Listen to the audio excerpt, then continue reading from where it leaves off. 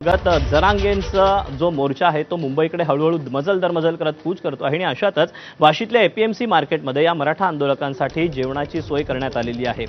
सध्या ही सोय कशी करण्यात आलेली आहे, कशा पद्धतीने तयारी सुरू आहे याचा आढावा घेतलाय माझा सहकारी अक्षय भाटकरने। आपण पाहूया।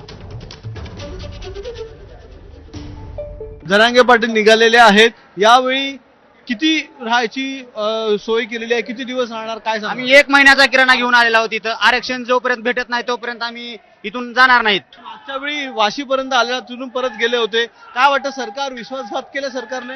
विश्वासार्थच केलेला आहे। मागच्या वेळेस आम्ही आझाद मैदानावर पण गेलो, पण आम्हाला वाशीतूनच पाठवलं पाठवलं। ह्यावेळेस पण पुन्हा आम्ही आणखीन मोठ्या संख्येने या ठिकाणी आलेला आहे। आम्हाला ह्यावेळेस आता कसल्याही परिस्थितीत आरक्षण घ्यायचंच आहे। जोपर्यंत आरक्षणाचा निर्णय होत नाही, जोपर्यंत आम्हाला मनोजदादा पाटील आदेश देत नाहीत पुढचा, तोपर्यंत आम्ही मुंबई सोडणार नाहीत। मग महिना लागो 2 महिने लागो, आम्ही आमचं फुल राशनच्या तयारीनं फुल। पण सरकार म्हणते की 9 ते 6 आंदोलन करायचं, त्या ठिकाणी आझाद मैदानावर 5,000 लोक जायचं, इतर हजारो लोक चालली आहेत। नाही, सरकार आमच्यावर निर्बंध लावू शकत नाही ना। सरकारनं किती सांगितलं आम्हाला? 5,000 लोक। ठीक आहे, आमचे 5,000 लोक आंदोलनाला बसतील, बाकीचे आम्ही गणपती बघू, मंत्रालय फिरू, एवढं करू शकतो ना आम्ही मुंबईत। कारण तुम्ही कबुतरासाठी आंदोलनाला परवानगी देता मोठी मोठी, मग आम्हाला का नाही? महाराष्ट्र आमचा आहे। सरकार प्रत्येक वेळेस फसवते। सरकारची जगाची भूमिका कशाची काय म्हणून सरकार आमच्याकडे बघते? सरकारला आमच्याकडून काय पाहिजे? आमच्या 2-10-5 बळे पाहिजेत का?